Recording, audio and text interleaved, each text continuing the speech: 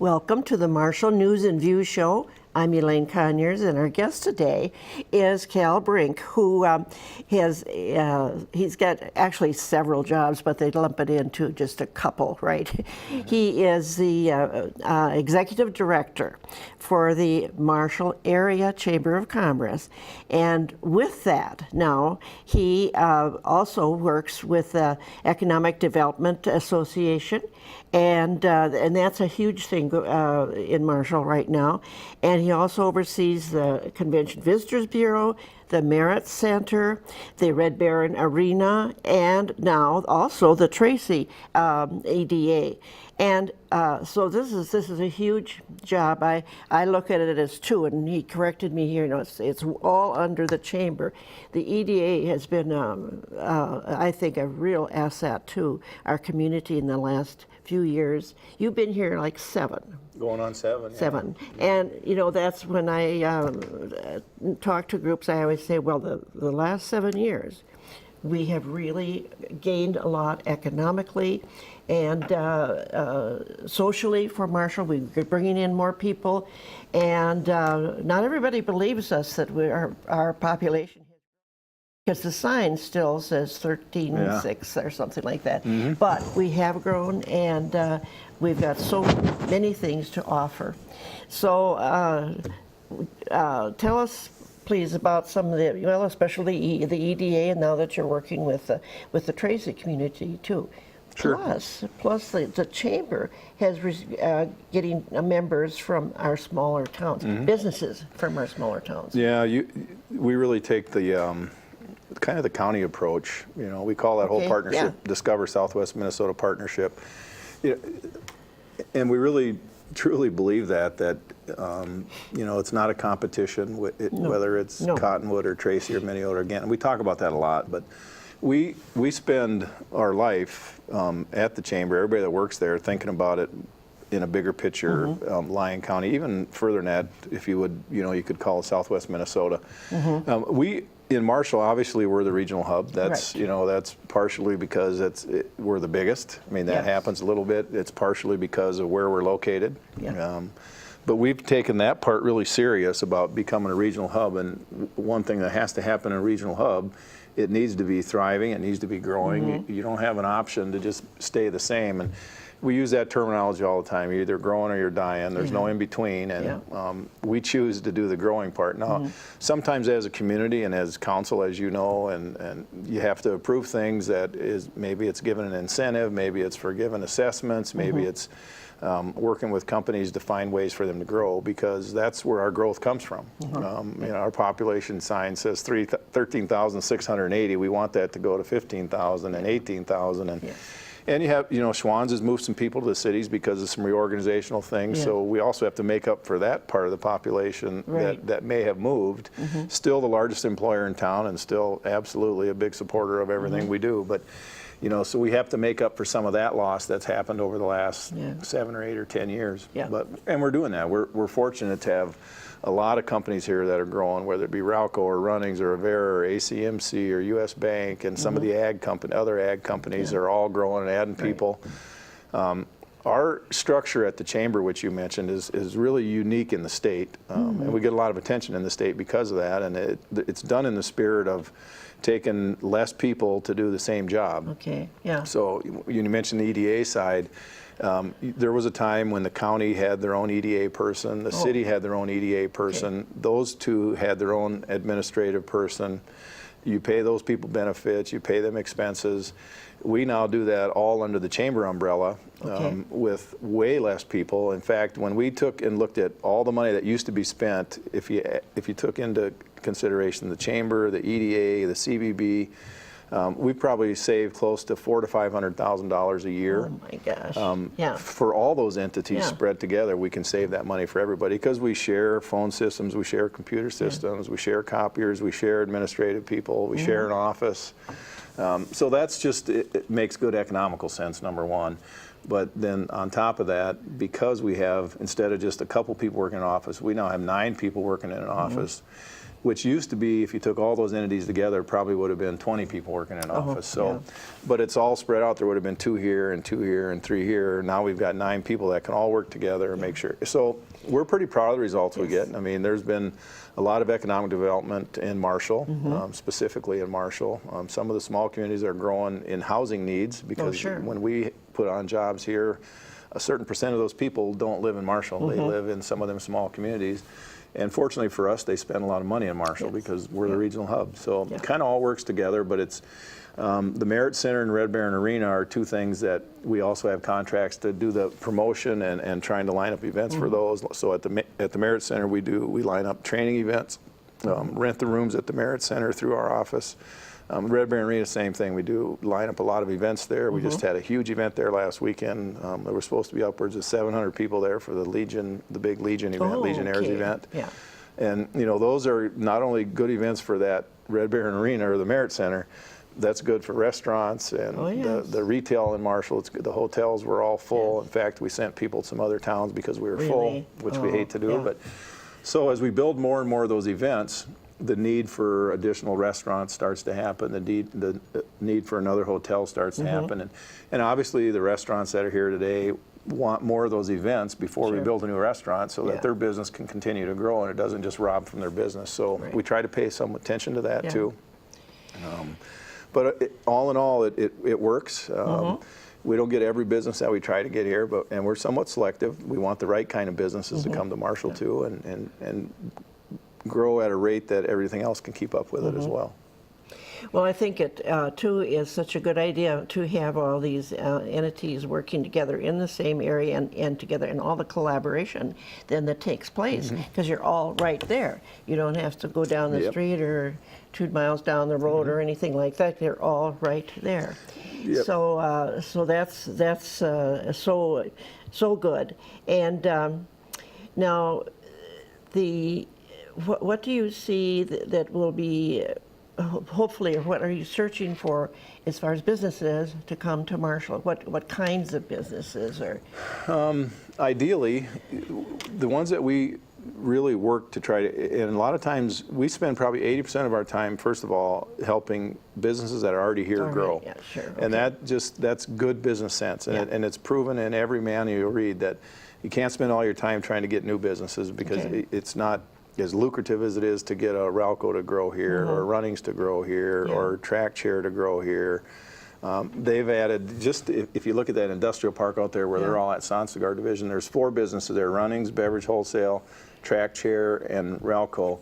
Those 4 businesses, since they started building there, have added probably close to 100 employees in the last year and a half. Oh, wow. Plus the almost 30 million or 25 million that they stuck into their investments out there in buildings, so they're paying taxes on that. Yeah. The money that they pay their employees just keeps circulating in the community. So that's the way you got to think about growth. And so we spend a lot of our time trying to help existing businesses.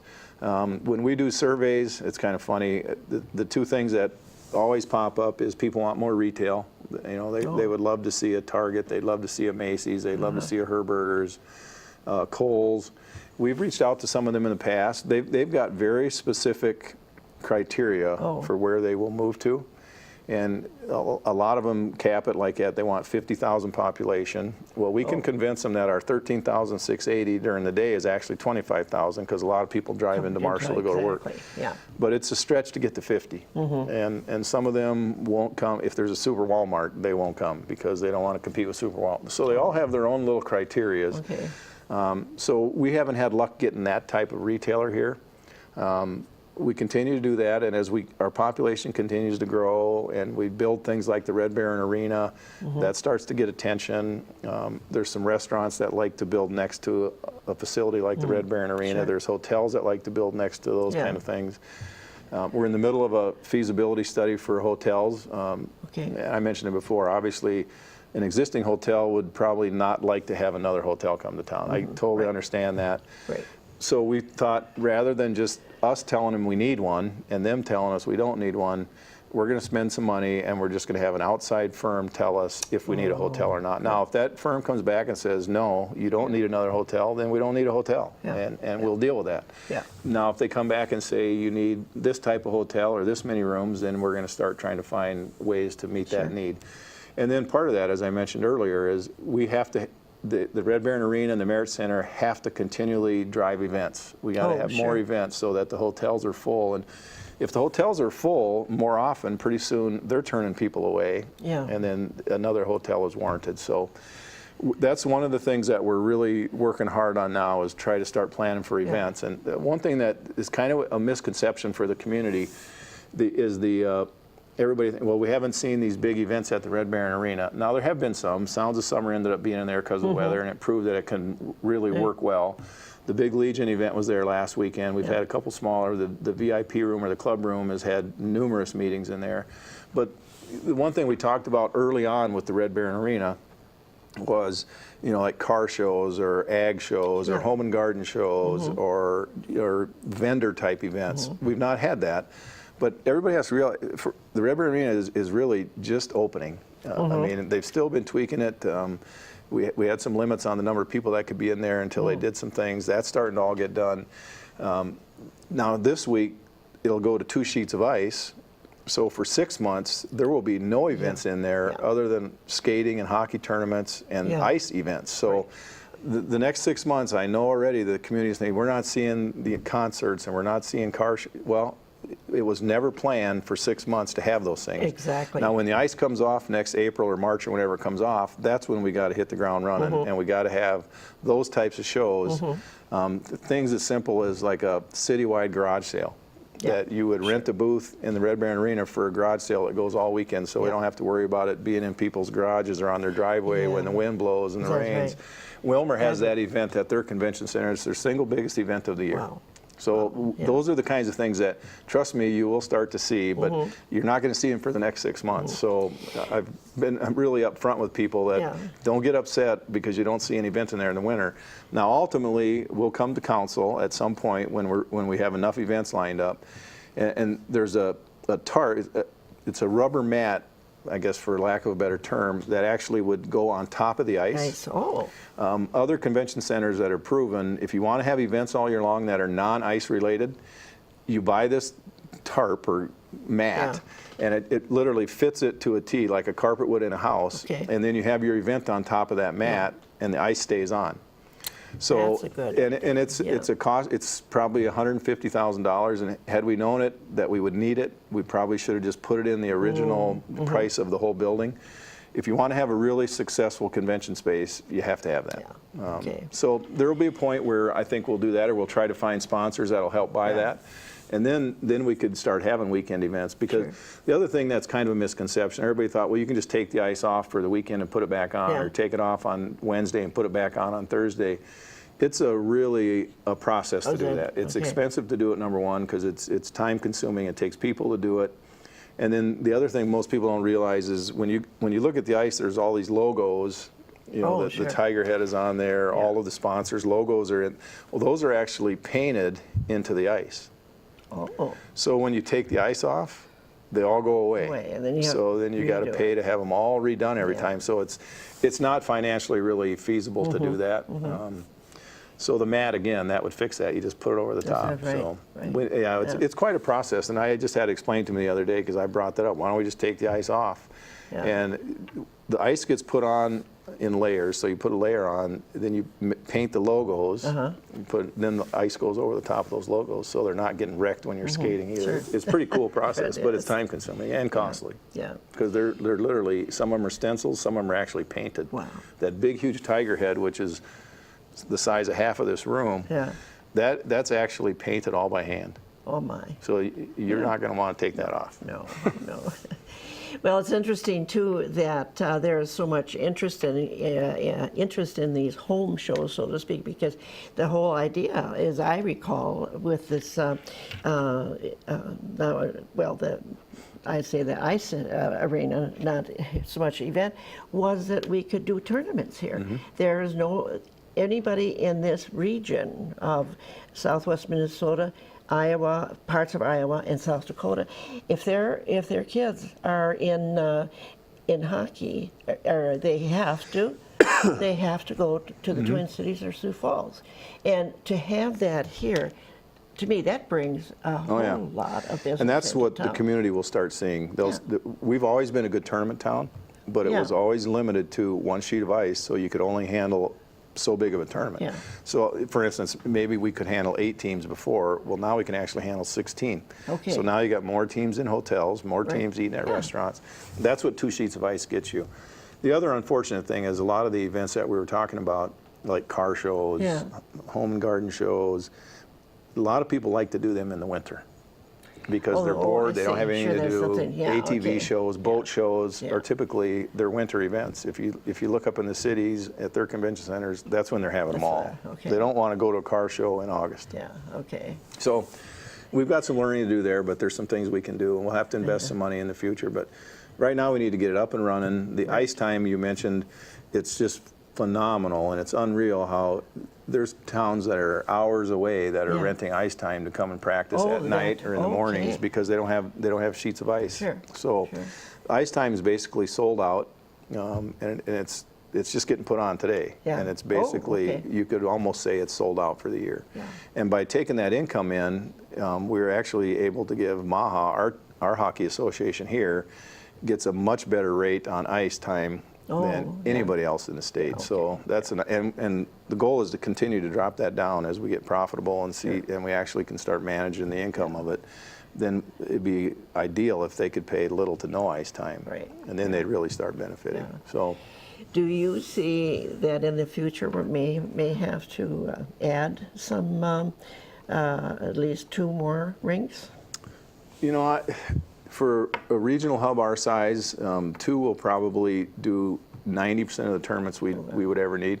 Could you add a 3rd sheet and get bigger tournaments? Absolutely. But then you directly start competing with the Minneapolises, and where you need even way more hotel rooms. And hotel, you have to have enough constant, consistent business to drive the need. If we're full in town 4 or 5 times a year and we're sending people to Granite or Morton, which happens, that's not enough times to warrant needing 2 or 3 more new hotels. Now, if they're busy and we're sending people out of town all the time. But I would see, versus ice, there will be quickly a time where we'll need a convention center space. We lack that in Marshall right now. Even when we get a mat, we'll be able to do some events there, but convention space where, you know, people today, they're planning their weddings around when they can find a place to have it in Marshall. The Worthington built it, a convention center hotel combination. In that case, the city actually owns the convention center. And that is booked with weddings like 20 or 30 weekends a year. From before they got it open. So there's a need. That's probably, and the Red Baron Arena was built to actually have a convention center hotel that would be accompany the Red Baron Arena. It was actually designed to have it built right onto it. So that will probably be the next thing the community starts hearing about. We're hopeful to find a hotel, if the feasibility study comes back, a hotel that will actually build the hotel and convention space and keep it somewhat out of the city. Ultimately, that's what we'd like to happen. And then, of course, you still need all the council approvals, and we've got to get the mayor's support and city administrator's support, which we'll start working on that if the feasibility study comes back positive. Exactly. So, well, it's interesting, and I know I've told you this before, that when my grandsons who lived up in the cities were in the hockey tournaments, we had to go up there for the tournaments. You know, it's a long trip, but that's okay.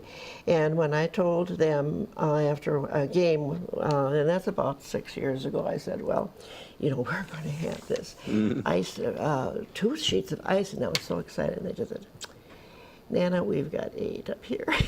And that's one thing I mentioned to the committee. Maybe we make sure that we've got enough land to build on in the future if we need to.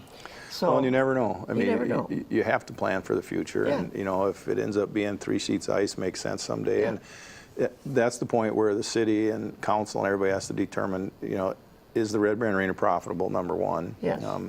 we were fully supported by the community with the vote to get a 0.5% local option sales tax to help pay for it. So that took a burden off of the city. Yeah. The 1.5% food and beverage tax took a burden off the city. That's to do ongoing maintenance and to pay for the people that run the facility. Sure. A lot of communities that build these are built fully by the city, and they don't have those things in place. Okay. Yeah. So when you buy something here, you pay a 0.5%.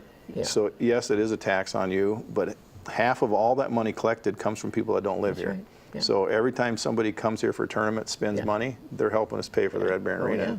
And there's people that didn't support the Red Baron Arena, and they just talk about those taxes are terrible for Marshall. Well, if you can have people that don't live here pay for building half of something, it's a no-brainer. It really is. And I understand people don't like to pay taxes, but they go to Sioux Falls and buy food or clothes, they're paying tax anyway, but yet they go there to buy food and clothes for some of the people. So you can't please everybody. And our mission really is to tell people the real story of what's going on. That's right, yeah. Our mission is to make it profitable, and so it's not a burden on the city or the city, the people that live in the city. And I think we will get there. It's going to. No convention center, any hockey rink, we toured a lot of them. Okay, yeah. You're not going to get there on year one. I mean, once we book an annual event, the first one, and they say, I'm coming back the next year and the next year, that's when it starts to work. So that we'll go into a year knowing that the arena's booked for 45 weekends, but it doesn't happen the first year. No. I mean, we tried selling some events before the thing was built, and people aren't interested in booking an event in a facility that hasn't been built yet. Yeah, but that's right. It's just how that works. Yeah. Well, I think too. You mentioned the support of Marshall residents in voting to put that tax in place. At that time I got so many phone calls from senior citizens. We don't want to pay this tax. They went on and on. And I said, well, for the food and or for the lodging and tax or lodging and food tax, I said, you're not going to pay that unless you decide to go and stay in the hotel instead of your house. And they hadn't really thought about that, and how 0.5% really does amount to a lot, No. And then it turned out that senior citizens overwhelmingly voted for that, and that's something that we're certainly proud of, because usually it's those people that, they don't want to. Well, and it's not a secret that it's the people that are against something always will speak much louder than the people that are for it. So you tend to hear the negative side of things more than is really out there. And of course, there are people that are against that, but they're against a lot of things. Yeah, that's right. And you can't. Everybody's entitled to their own opinion, and we all have them. That's right. The goal, though, for the city is to make it profitable, retire the debt sooner than planned, and then that 0.5% can go away. Yeah. And then we have that facility that was built by 50% of other people's money that we'll have forever. That's so that's the way you got to look at it. It's not a forever thing. Yeah. But I get the same thing at the chamber because we're there to help businesses, and our big thing is to have people shop local. We want everybody to shop local. Yeah. And we had them call and say, you want to shop local, now you're going to charge us another 0.5%. We'll go to Sioux Falls. Well, in Sioux Falls, you're going to pay 8% or whatever on clothes anyway. So, it doesn't make a lot of sense. No, it doesn't. But I understand people's opinions, and they have a right to that. Yeah. And, we don't tell them they're wrong or right. We try to educate them on the true facts. Well, and you've done a really good job. The chamber has, and EDA, and in collaboration with the city, we've got a lot accomplished in the last 6-7 years. Yeah, we're proud of that, and it's wonderful to see things grow. Well, I appreciate the compliment. Anyway, well, it's been a good time, and we're looking forward to the years to come too, and just don't decide to move away or retire, okay?